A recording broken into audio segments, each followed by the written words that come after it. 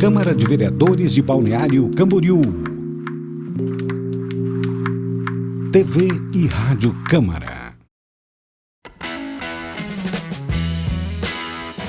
Vai dar política.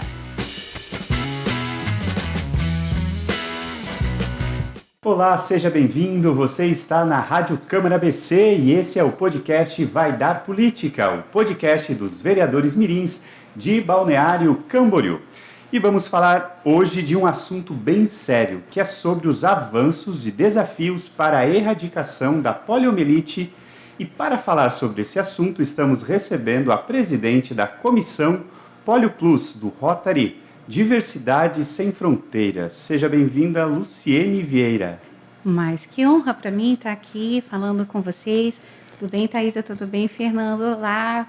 Então, vamos falar sobre poliomielite, né? Uma doença que ainda precisa ser erradicada e a gente precisa falar muito para que ela não seja esquecida, especialmente dos pais que vacinam. Perfeito. E também quero que os vereadores mirins se apresentem, por favor. Olá, vereador mirim Fernando Tamburo, do SEM Professor Antônio Lúcio. Olá, eu sou a vereadora mirim Thaisa Monteiro, do SEM Taquaras. Para iniciar a nossa conversa, Luciene, o que seria então a poliomielite?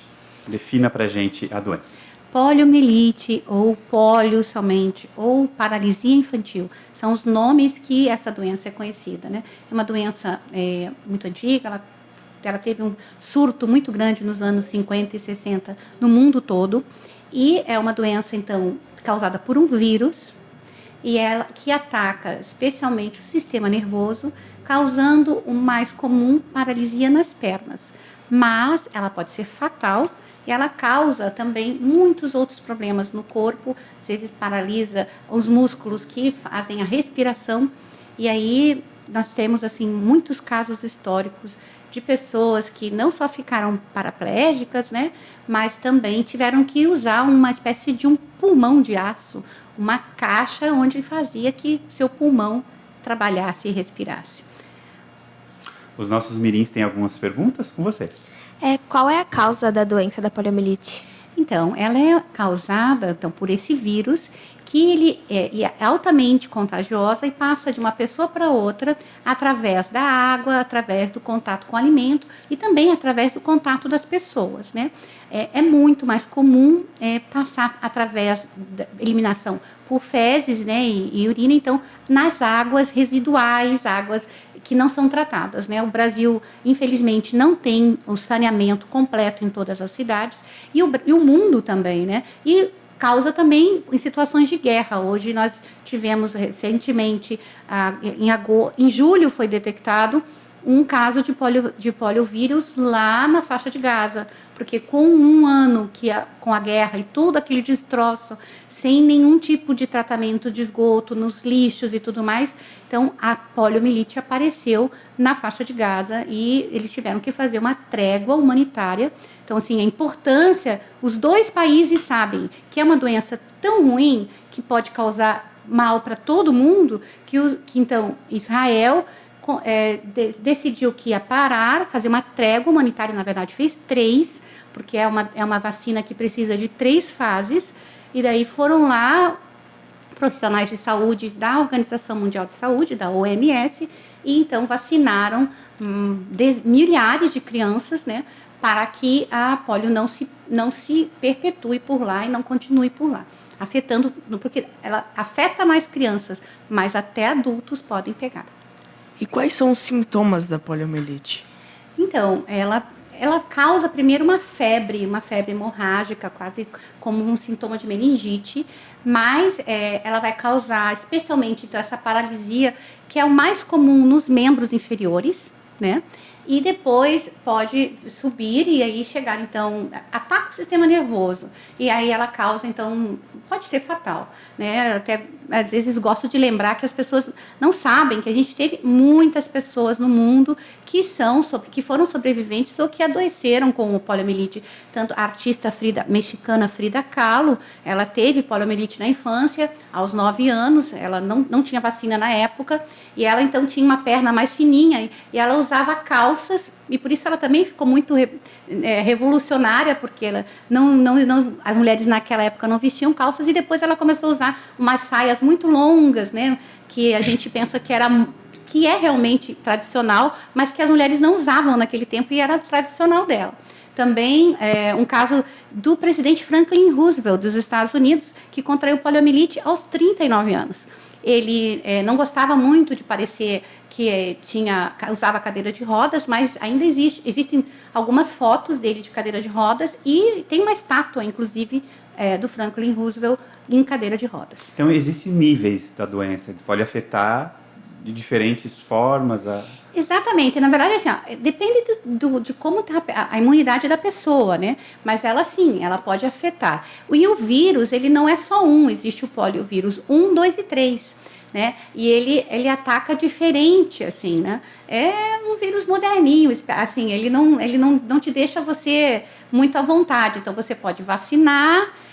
Tanto que agora nós tivemos, né, nós vamos falar sobre isso, tivemos alterações no esquema vacinal para justamente atacar mais fortemente a todos esses 3 vírus. A vacinação é a única forma de prevenir a poliomielite? É a única forma de prevenção. A vacinação, ela é a forma mais eficaz, mais barata e é realmente a única forma de prevenção de poliomielite. É claro que você pode cuidar para que a sua cidade tenha saneamento, né? Para que você tenha higiene no que você manuseia. Mas, de acordo com o mundo como está hoje, com todas essas desastres ambientais, ecológicos, refugiados de guerra, nós temos pessoas circulando por todo lugar no mundo. Nós não podemos garantir que o vírus não nos chegue até nós. Especialmente cidade como Balneário Camboriú, que é uma cidade turística, onde a gente recebe pessoas de todos os lugares, né? Mas o mundo inteiro está ainda à mercê de ser infectado se uma pessoa no mundo tiver poliomielite, porque ela consegue aí passar. É o mesmo caso que a gente percebeu com o Covid. A gente precisa que todos estejam vacinados para que a gente tenha um nível de vacinação de rebanho, para que a gente não, mesmo o vírus estando em algum lugar, as pessoas estejam imunes a ele. E já que você falou do esquema vacinal, como que ele funciona? Qual a idade, doses? Então, nós tivemos 2 grandes cientistas, que eu acho importante a gente falar de cientistas, especialmente para as crianças, né? Um foi Jonas Salk, o outro foi Sabin, e os 2, então, eles criaram vacinas para a poliomielite um pouco diferentes. O Jonas Salk, ele trabalhou com o poliovírus inativo, ou seja, o poliovírus morto, e o Sabin com o vírus vivo. As 2 vacinas são extremamente eficientes. No Brasil, nós tivemos a erradicação da poliomielite com a vacina da gotinha, que é a vacina do Sabin, uma vacina onde está o vírus ali, poliovírus vivo. Ela é extremamente eficiente, só que ela necessita que você tenha 95% da população vacinada, para que a doença não acometa mais ninguém. Com a vacina do Jonas Salk, você pode baixar um pouquinho, mas não muito, porque o vírus está morto, está inativo. Então, para garantir, porque o Brasil, nos últimos anos, voltou a estar dentro do número de riscos de países que poderia ter a poliomielite. Então, a partir de agora, a gente está tomando a vacina inativa do Jonas Salk, que é uma vacina injetável. E daí você me perguntou como é que funciona. 3 doses com 4 meses, 6 meses e depois 5 anos. Então, mas o Sistema Único de Saúde oferecia até então as 2 e hoje está oferecendo só uma. O que mudou nessa questão? Exatamente. Nós tínhamos, antigamente, até mês passado, na verdade, né? Porque essa coisa é muito nova. Então, assim, você tomava a vacina injetável 3 vezes e depois mais 3 doses da gotinha, né? Antes era só gotinha. Depois veio a vacina. Bem, antes era injetável, depois gotinha. Está mudando, na verdade tem mudado muito, né? Mas agora são só as injetáveis, não tem mais a gotinha. O Zé Gotinha vai ser uma personagem do SUS, do Sistema Único de Saúde. Mas para incentivar mesmo. Exato, mas a gotinha mesmo da poliomielite, ela não tem mais, não agora. No Brasil, não há circulação de poliovírus selvagem desde 1990?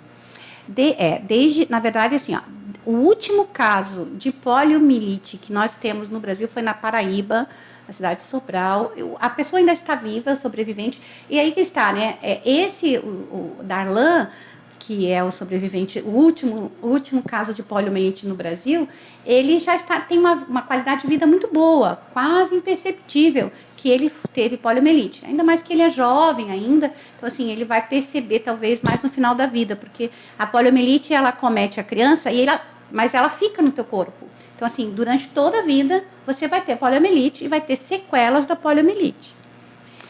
E aí, então assim, nós tivemos sim, em 89, te respondendo, mas em 91, a poliomielite foi declarada pela Organização Mundial de Saúde erradicada do Brasil. Porém, a cobertura vacinal está abaixo da meta, né? Exatamente. Nós, infelizmente, estamos com níveis muito, muito baixos de vacinação para todas as vacinas, mas também sobre poliomielite. Então, aqui em Balneário Camboriú, nós já tivemos anos onde a gente conseguiu 60%, 40%.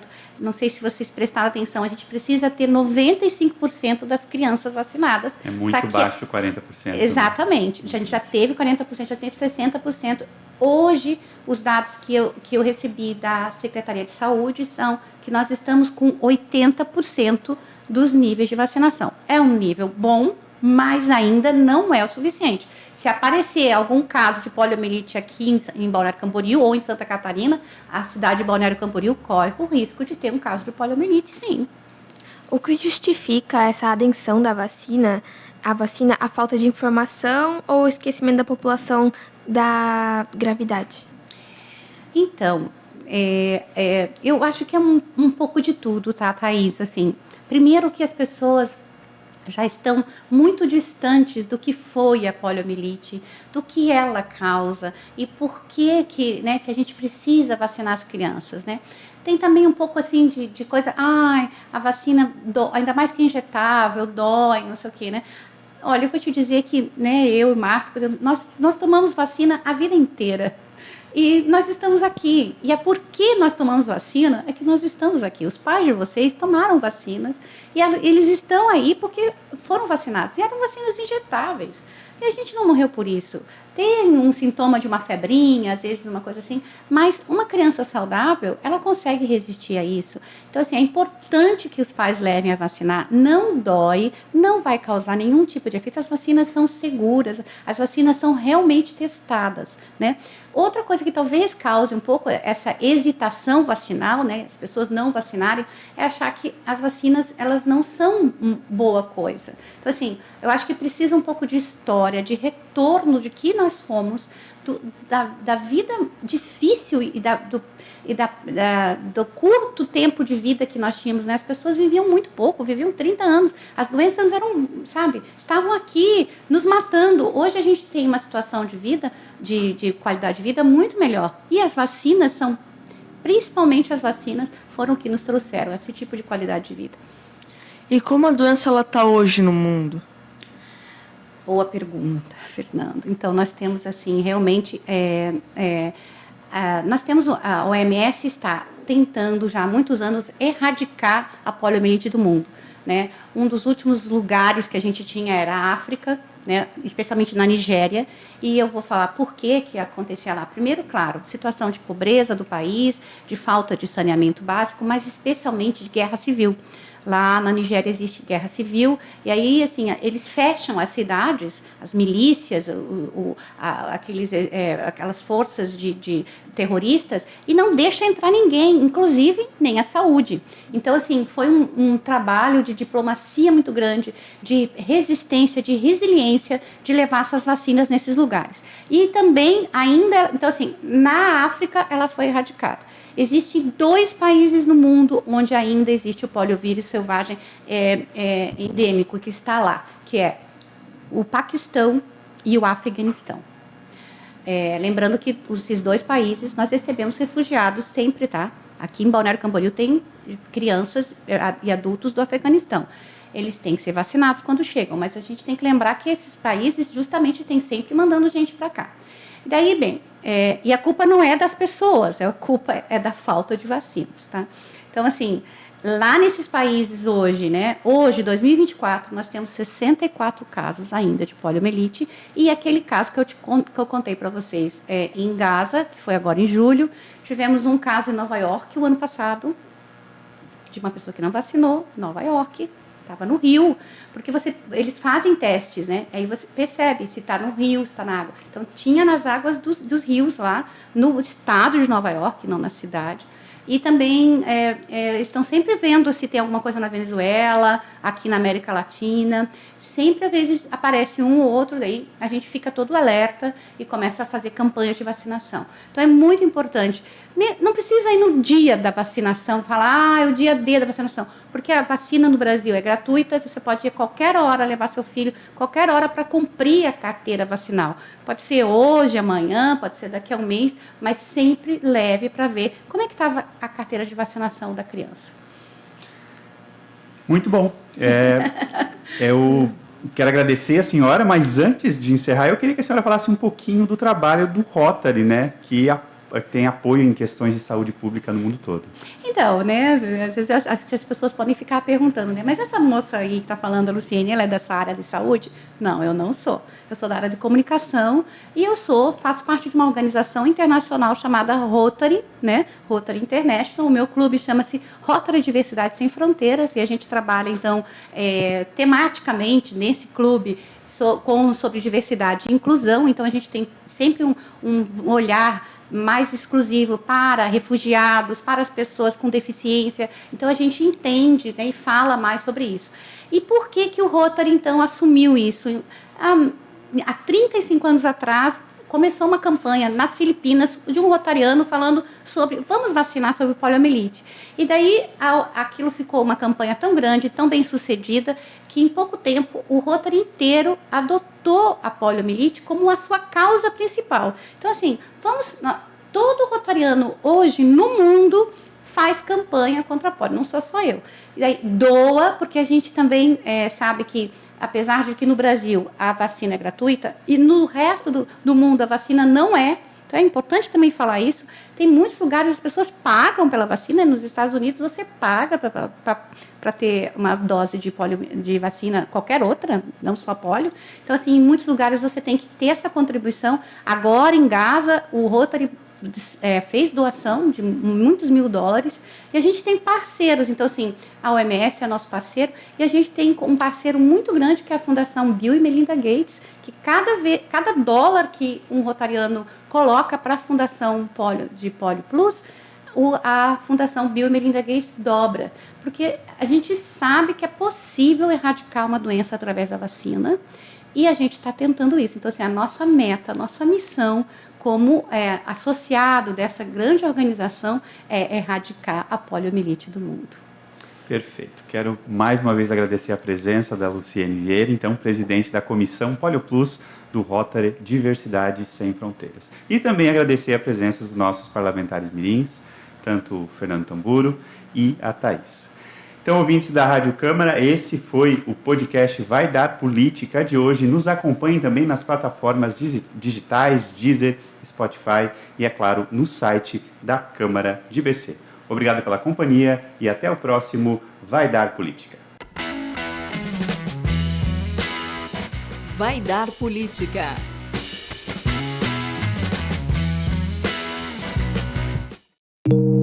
Câmara de Vereadores de Balneário Camboriú.